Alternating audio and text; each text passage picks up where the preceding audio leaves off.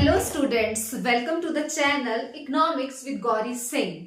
तो आज का जो हमारा टॉपिक है ये बहुत ही इंपॉर्टेंट रहने वाला टॉपिक है और ये बहुत ही ज्यादा मार्क्स सिक्योरिंग टॉपिक भी है। जैसे कि हम जानते हैं कि जो हमारा पहला ही यूनिट है उसमें हमारे 4 चैप्टर्स आ जाते हैं। चारों के चारों चैप्टर्स ही जो है वो बहुत ही इंपॉर्टेंट माने जाते हैं। आज का जो हमारा टॉपिक है that is a national income and related aggregates. इस चैप्टर में हम पढ़ेंगे नॉर्मल रेजिडेंट्स क्या होते हैं हमारे देश के, फैक्टर इनकम क्या है, ट्रांसफर इनकम क्या है, जीडीपी क्या है, जीडीपी को कैसे मेजर किया जाता है। जैसे कि हम जानते हैं कि जीडीपी को 2 पर्सपेक्टिव से मेजर किया जाता है, एक होता है मार्केट प्राइस और दूसरा होता है फैक्टर कॉस्ट। स्टूडेंट्स अक्सर इन चीजों में कंफ्यूज हो जाते हैं, तो मैं आज कोशिश करूंगी कि मैं आपको इस तरीके से इन चीजों को समझाऊं कि आपको ये चीजें ना तो कंफ्यूजिंग लगे, बहुत ही आसानी से आप इनको समझ पाएं और एग्जाम्स में क्वेश्चंस और इनसे रिलेटेड जो न्यूमेरिकल्स होते हैं वो आप आसानी से सॉल्व कर पाएं। तो शुरू करते हैं हमारा पहला concept that is a normal residents.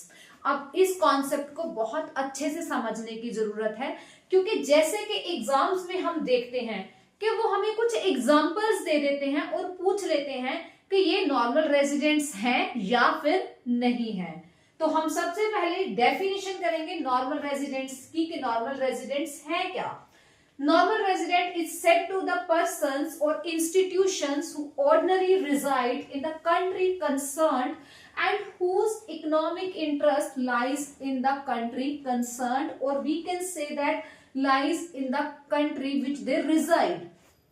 Normal resident उन लोगों को, उन इंस्टीट्यूशंस को माना जाता है जो आमतौर पर किसी देश में बहुत लंबे समय से रह रहे हैं और उनका इकोनॉमिक इंटरेस्ट भी उसी देश में है। अब यहाँ पे एक टर्म आती है economic interest.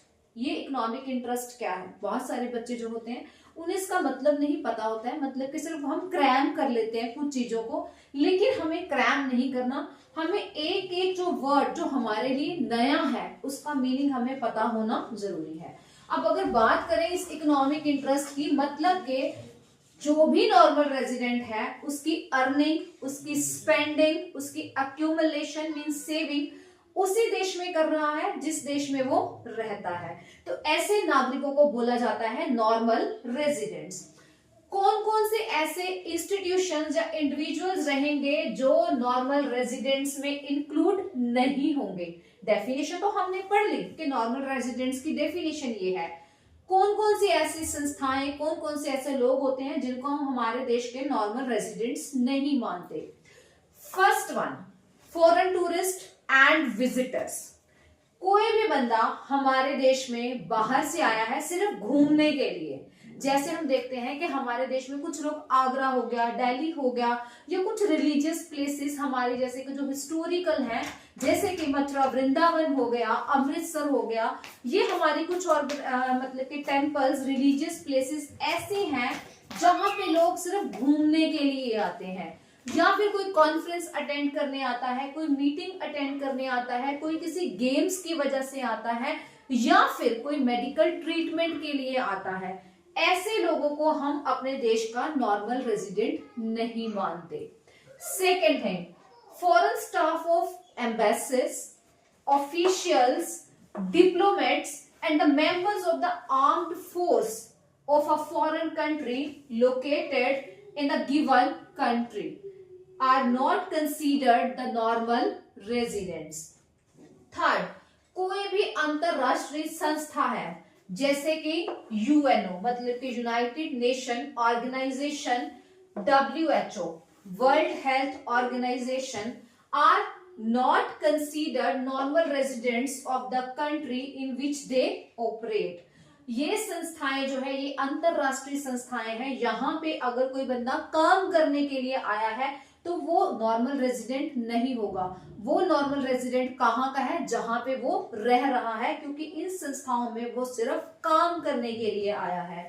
Next, employees of international organizations are considered as residents of the countries to which they belongs.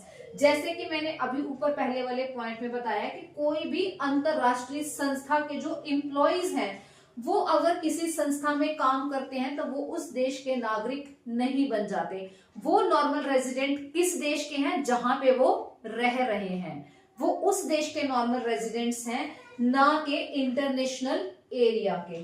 तो आई होप आपको पता चल गया होगा कि अब नॉर्मल रेजिडेंट्स क्या हैं और कौन से ऐसे लोग, कौन सी ऐसी संस्थाएं हैं जो हमारे नॉर्मल रेजिडेंट्स में कंसीडर नहीं होती हैं। नेक्स्ट है हमारा topic, that is a factor income. Next हमारी बहुत ही इंपॉर्टेंट टर्म है, that is a domestic tertiary.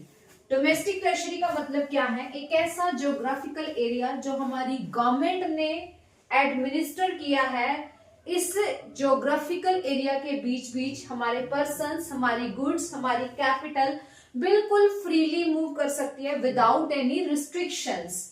Domestic tertiary में और क्या क्या इंक्लूड होता है और क्या इंक्लूड नहीं होता है, हम वो भी डिस्कस करेंगे, क्योंकि हमारे जो एग्जाम में बहुत बार ऐसे क्वेश्चंस जो कि कॉम्पिटेंसी बेस्ड हैं, ठीक है, डेफिनेशन हमने पढ़ ली, लेकिन हमसे क्वेश्चन कैसे पूछे जाते हैं? कुछ एग्जांपल्स दे दी जाती हैं और ये पूछा जाता है कि ये हमारी डोमेस्टिक टर्शरी का पार्ट है या फिर नहीं है। तो डिटेल में हम इसको थोड़ा सा डिस्कस करेंगे। देखो, डेफिनेशन तो आपको अगर पूछी जाती है तो आपने इतनी ही लिखनी है, लेकिन अगर आपको इसके क्वेश्चंस सॉल्व करने हैं कि कौन सी चीज हमारी डोमेस्टिक टर्शरी का पार्ट है और कौन सी नहीं है, तो उसके लिए हम कुछ एग्जांपल्स भी देखते हैं या इसको थोड़ा सा डिटेल में देखते हैं।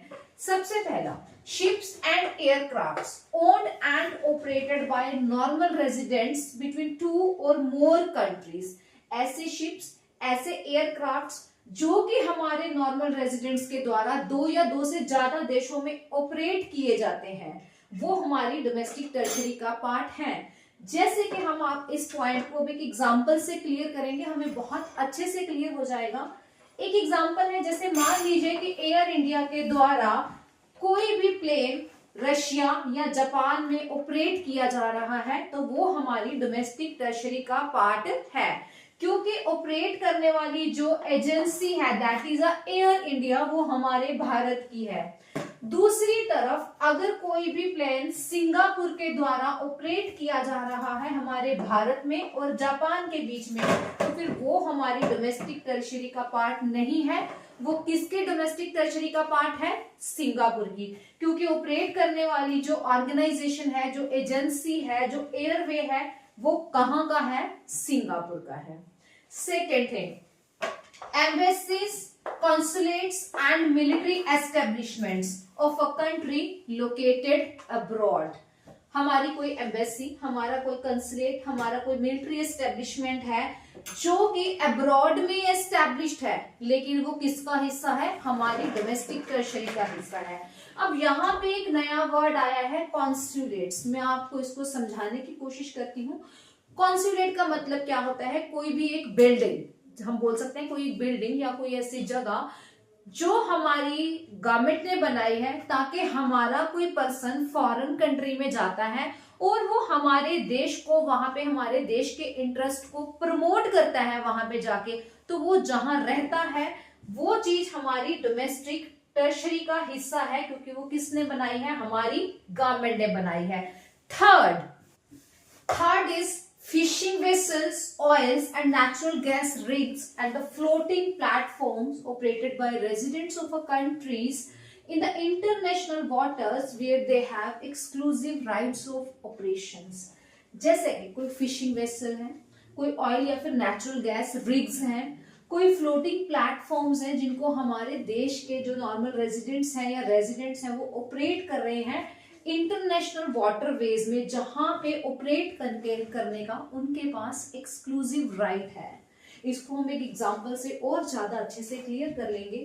जैसे कि तो कोई भी फिशिंग बोट अगर वो ऑपरेट की जा रही है इंडियन फिशरमैन्स के द्वारा international waters of Indian oceans, हमारे भारत का कोई इंटरनेशनल वाटरवे है जहां पे हमारे हमारे जो फिशरमैन्स हैं वो फिशिंग बोट्स को ऑपरेट करते हैं, वो भी हमारे देश की डोमेस्टिक टर्शरी का पार्ट है, क्योंकि वहां पे ऑपरेट करने का इनके पास एक्सक्लूसिव राइट है। नेक्स्ट हमारे पास आ जाता है what is a factor income. Factor income क्या है? These are the payments made by the producers to the households for the use of their factor services। Producer sector के द्वारा हाउस होल्ड सेक्टर की factor services को use करने के बदले उन्हें जो भी पेमेंट्स की जाती हैं उनको टोटल कर दें तो वो क्या बन जाती है, फैक्टर इनकम। फैक्टर इनकम में हम क्या क्या इंक्लूड करते हैं? First one is a compensation of employ. Compensation of employ मिलता है लेबर को। वैसे हम लेबर को बोल देते हैं कि वेज मिलता है, लेकिन यहाँ पे हम बोलेंगे कि कंपनसेशन ऑफ एम्प्लॉय मिलता है। वेज क्या होता है? जब सिर्फ कैश में सैलरी दी जाती है, दैट इज अ वेज। लेकिन यहाँ पे लेबर को अगर हम बोल रहे हैं कि कंपनसेशन ऑफ एम्प्लॉय दिया जाता है, इसका मतलब उन्हें कैश के साथ साथ काइंड की फॉर्म में भी पेमेंट की जाती है। इसको आगे हम और भी डिटेल में देखेंगे कंपनसेशन ऑफ एम्प्लॉय को। Next is a rent. Rent is given to the household by the use of their land. Third one is interest. Interest is given to the household by the producers for the use of their capital, and the profit is given to the household by the producer sector for the use of their skills. Skill को use करने के बदले दिया जाता है उन्हें profit. Next हमारा concept है that is a national income. National income. It is a sum total of factor income earned by the normal residents of a country during an accounting year. एक साल में हमारे देश के डोमेस्टिक रेजिडेंट्स जो भी फैक्टर इनकम अर्न करते हैं उसके टोटल को बोला जाता है national income. Next is difference between a factor income and a transfer income. National income में हम पढ़ते हैं कि national income it is a sum total of factor income earned by the normal residents of a country during an accounting year. मतलब कि factor income. Factor income क्या है? Factor income और ट्रांसफर इनकम दोनों का डिफरेंस पढ़ेंगे हम। Factor income क्या है? ये वो आमदनी होती है जो कि हाउस होल्ड के द्वारा अपनी फैक्टर सर्विसेज प्रोवाइड करने के बदले में उनको मिलती है। Second, it is a reward for rendering factor services. ये फैक्टर सर्विसेज देने के बदले उनको मिलती है। ये बायलेटरल कॉन्सेप्ट है, मतलब कि एक दोहरा कॉन्सेप्ट है। फैक्टर सर्विसेज दी जाएंगी तभी पैसा मिलेगा। नेक्स्ट इज फैक्टर इनकम जो होती है इसको नेशनल इनकम एस्टिमेट करते हुए उसमें इंक्लूड किया जाता है, या फिर हम बोल सकते हैं कि these are included in national income. Whereas when I talk to a transfer income, income received by a person in the form of donation, gift और चैरिटी। किसी को भी अगर कोई डोनेशन की फॉर्म में, किसी हेल्प की फॉर्म में या फिर चैरिटी की फॉर्म में अगर कोई पैसा मिलता है तो वो क्या है? ट्रांसफर इनकम है। ये क्या है? It is a reward without giving any factor services. Transfer income हमें मिलती है लेकिन बदले में हमें कोई भी सर्विस, कोई भी फैक्टर सर्विस जो होती है वो प्रोवाइड करने की जरूरत नहीं पड़ती है। It is a unilateral concept. ये एक तरफा कॉन्सेप्ट है। पैसा आ तो रहा है लेकिन उसके बदले में हमें कोई फैक्टर सर्विस देने की जरूरत नहीं है। These are not included in the national income. इनको राष्ट्रीय आमदन की गणना करते हुए उसमें इंक्लूड नहीं किया जाता। This is the difference between a factor income and a transfer income. Next is a what is domestic income. इससे पहले हमने बात की नेशनल इनकम की, मतलब कि राष्ट्रीय आमदन। अब हम बात कर रहे हैं हमारे देश की घरेलू आमदन क्या है। It is the sum total of factor income generated within the domestic treasury of a country. No matters who generate its normal resident or non-residents. हमारे देश की ज्योग्राफिकल एरिया में रहकर जो भी फैक्टर इनकम कमाई जा रही है, फिर ये मैटर नहीं करता कि उसको जनरेट करने वाला कौन है, हमारे नॉर्मल रेजिडेंट्स हैं या फिर नॉन रेजिडेंट्स हैं। उस फैक्टर इनकम को जोड़ दिया जाए तो हमारे पास बन जाती है डोमेस्टिक इनकम। यहाँ पे ये टॉपिक जो है वो हाफ कंप्लीट हो जाता है। इसके बाद जीडीपी क्या है, कैसे मेजर की जाती है, रियल जीडीपी क्या है, नॉमिनल जीडीपी क्या है, इसको हम नेक्स्ट वाली वीडियो में कवर करेंगे। अगर वीडियो अच्छी लगी है, समझ आ रहा है सारा कॉन्सेप्ट, तो वीडियो को लाइक करना और चैनल को सब्सक्राइब करना बिल्कुल मत भूलिए। मिलते हैं अपनी नेक्स्ट वीडियो में, इस वीडियो के नेक्स्ट पार्ट के साथ। Till then take care, bye bye.